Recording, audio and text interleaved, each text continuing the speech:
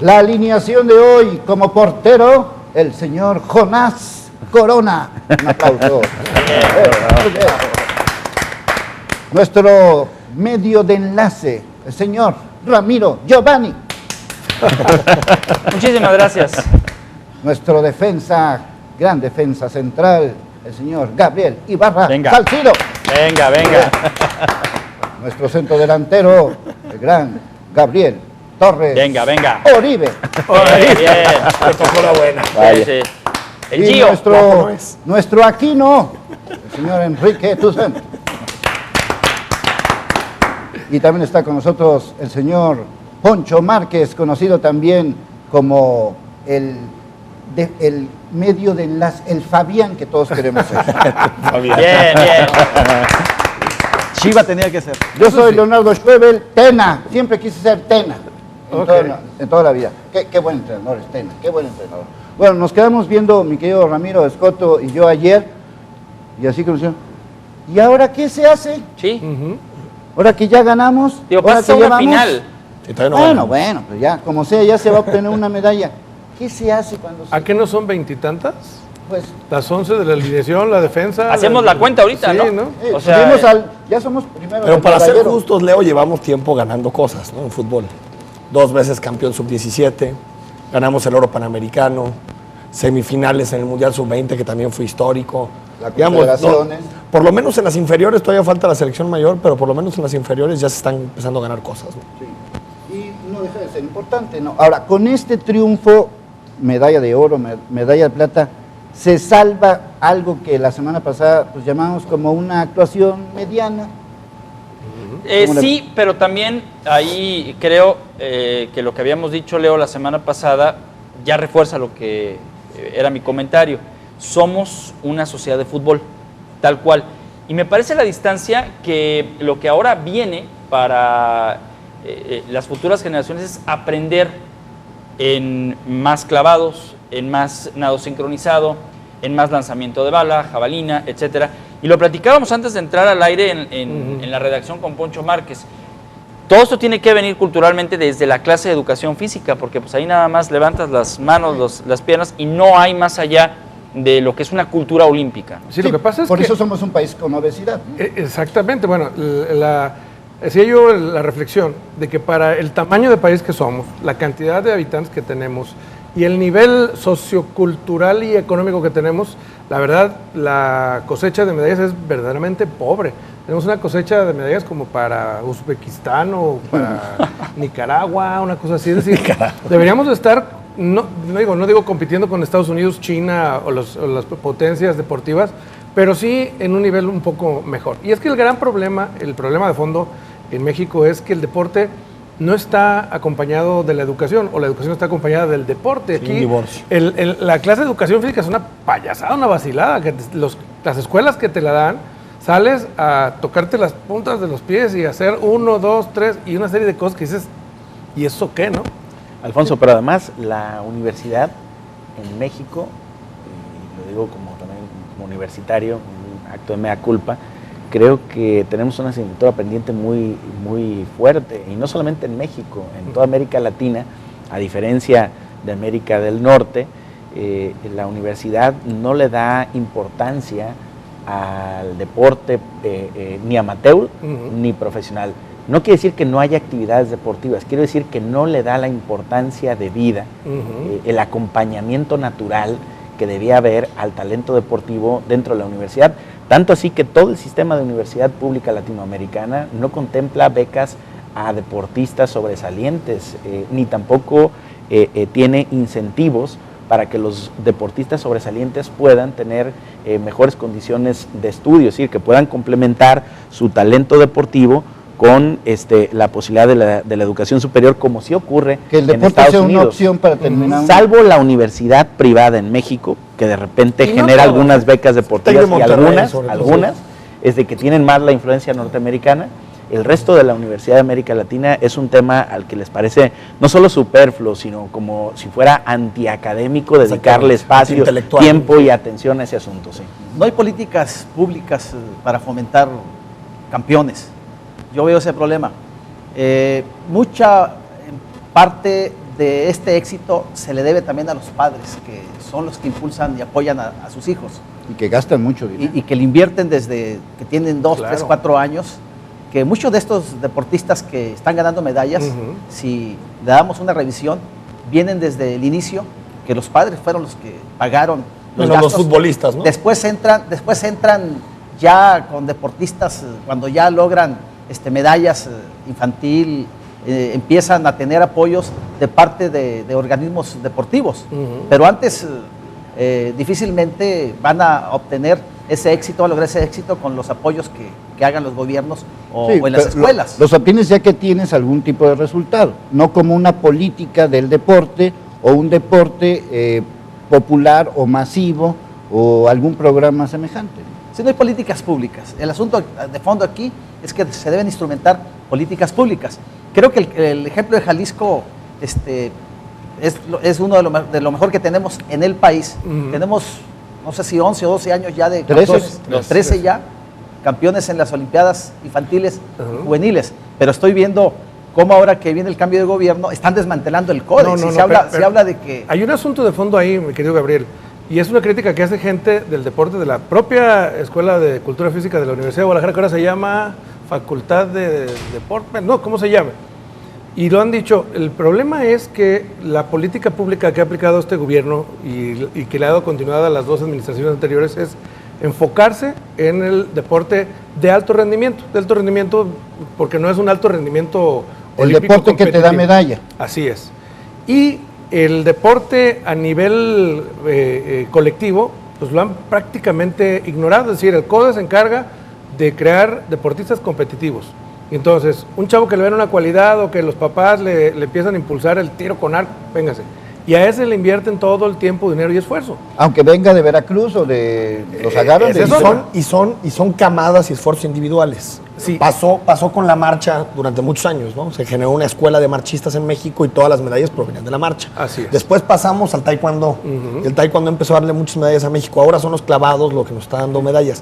Ahí está la falta de institucionalidad del Sí, deporte. pero lo que está diciendo escuela. Poncho Boxeo es, también, estoy generando, Boxeo estoy también. generando campeones, pero a través de una estructura política. Así es, y elitista, que no se aplica, o sea, no se siembra a la sociedad para sacar de la sociedad deportistas, se buscan los que tengan cualidades y todos los que Sí, no. se jalan. Gracias por participar. Ahora, como ya hay deportistas de esas camadas de las Olimpiadas Nacionales, pues con esto se justifica la labor de Carlos Andrade Garín. Me parece que los resultados que le pidieron los está dando hasta con creces, ¿no, Leonardo? El tema de Carlos Andrade Garín, incluso yo estoy de acuerdo con Gabriel, hay que replicarlo en ese nivel en los demás estados del país. Pero pues se ha ganado mucho dinero por ahí. Bueno, supongo que si alguien hace un buen trabajo tendrá que ganar, aunque no estamos hablando de irregularidades, ¿o sí? Sí. Si hay irregularidades, entonces habrá que sancionarlas. Pero yo quisiera retomar un poco lo que están planteando todos aquí en la esquina. El tema del deporte, porque lo comentábamos la semana pasada, para mí sigue siendo un asunto de dinero. Hay que tener en cuenta, porque hemos vivido la transición, quizá Enrique es el más joven del grupo, pero hemos vivido la transición de aquel ideal de las Olimpiadas como un lugar donde se competía, pero ganar pasaba como a segundo término, a una competencia feroz, que es la actual, en el que va en juego el prestigio del país y evidentemente del gobierno de cada país, en levantar su nombre gracias a que sus competidores obtienen medallas. Y tenemos casos que han sido de desarrollo meteórico. Corea del Sur, lo estábamos comentando Enrique Toussaint y tu servidor antes de iniciar el programa. Hace 15 años, ¿quién pensaba en los atletas coreanos compitiendo en el medallero? Hoy están en los primeros 5. Y en diferentes deportes. Y en diferentes disciplinas. Los clásicos de taekwondo, box. Podremos tener políticas públicas adecuadas para atender a la población infantil. Podemos tener políticas públicas que compitan o nos den más competitividad a nivel interno en cuanto a Olimpiadas Nacionales, y podemos también unir a las universidades públicas y privadas para que impulsen a los deportistas. Pero si el asunto no tiene una participación importante de la iniciativa privada, no vamos a poder... Quitando a Gran Bretaña, que sigue el no vamos a modelo de poder iniciativa obtener eso. privada que tú planteas, los demás en el medallero son una alianza muy fuerte entre gobierno y universidad pública y generar deportistas a partir de eso. Es más, en Estados Unidos, que es un modelo más o menos privatizado de universidades, digamos, donde las universidades pagas, aún así las estatales son las universidades que tienen más fuerza en los deportes. Porque tienes beca, pero es beca Tienes crédito. beca, sí, claro. Y tienes un son- presupuesto. Y al final es eso, es un modelo con alta participación del Estado, donde el Estado impulsa ciertos deportes que, como platicábamos la vez pasada, comercialmente no son rentables. Bueno, en Estados Unidos, ya que tocas ese tema, creo que es el modelo al que podemos abocarnos en México.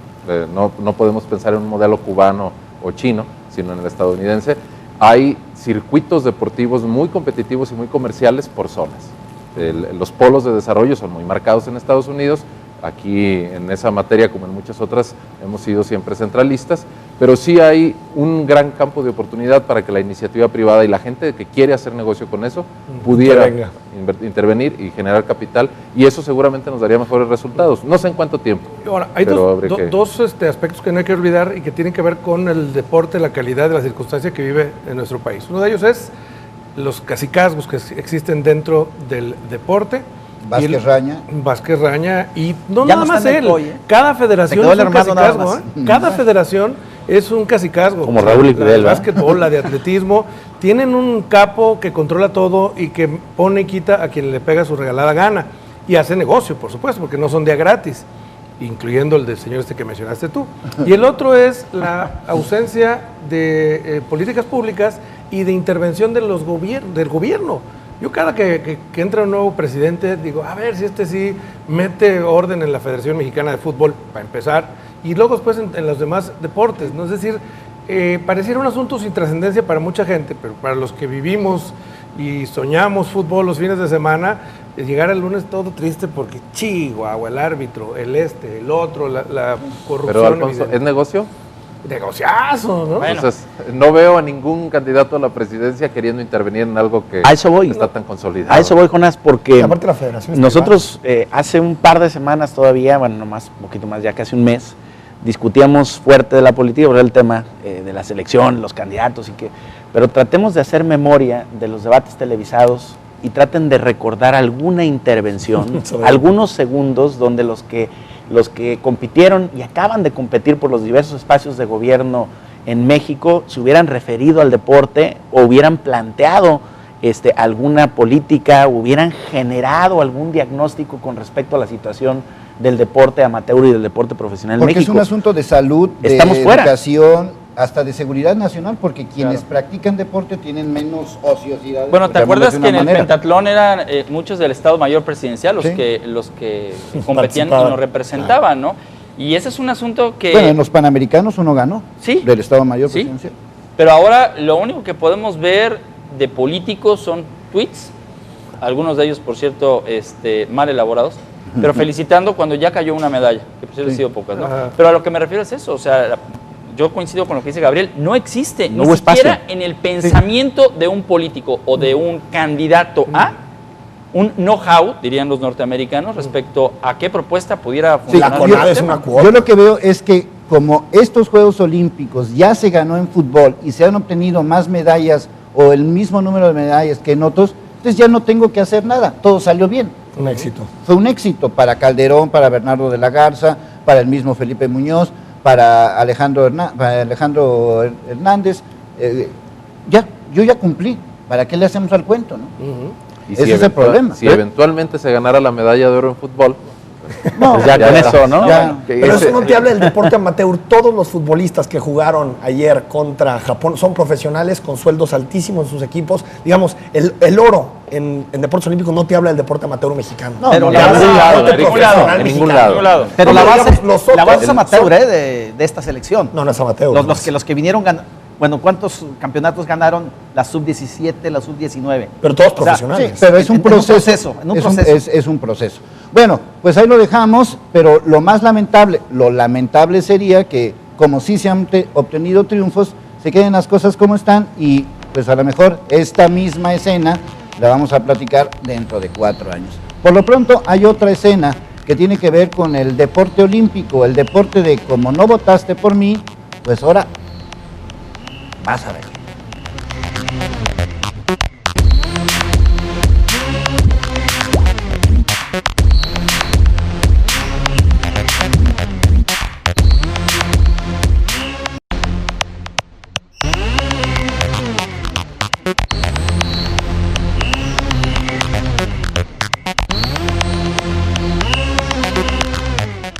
Bueno, pues ahora resulta que los gobiernos actuales aquí en Jalisco están felices por el aumento al transporte público.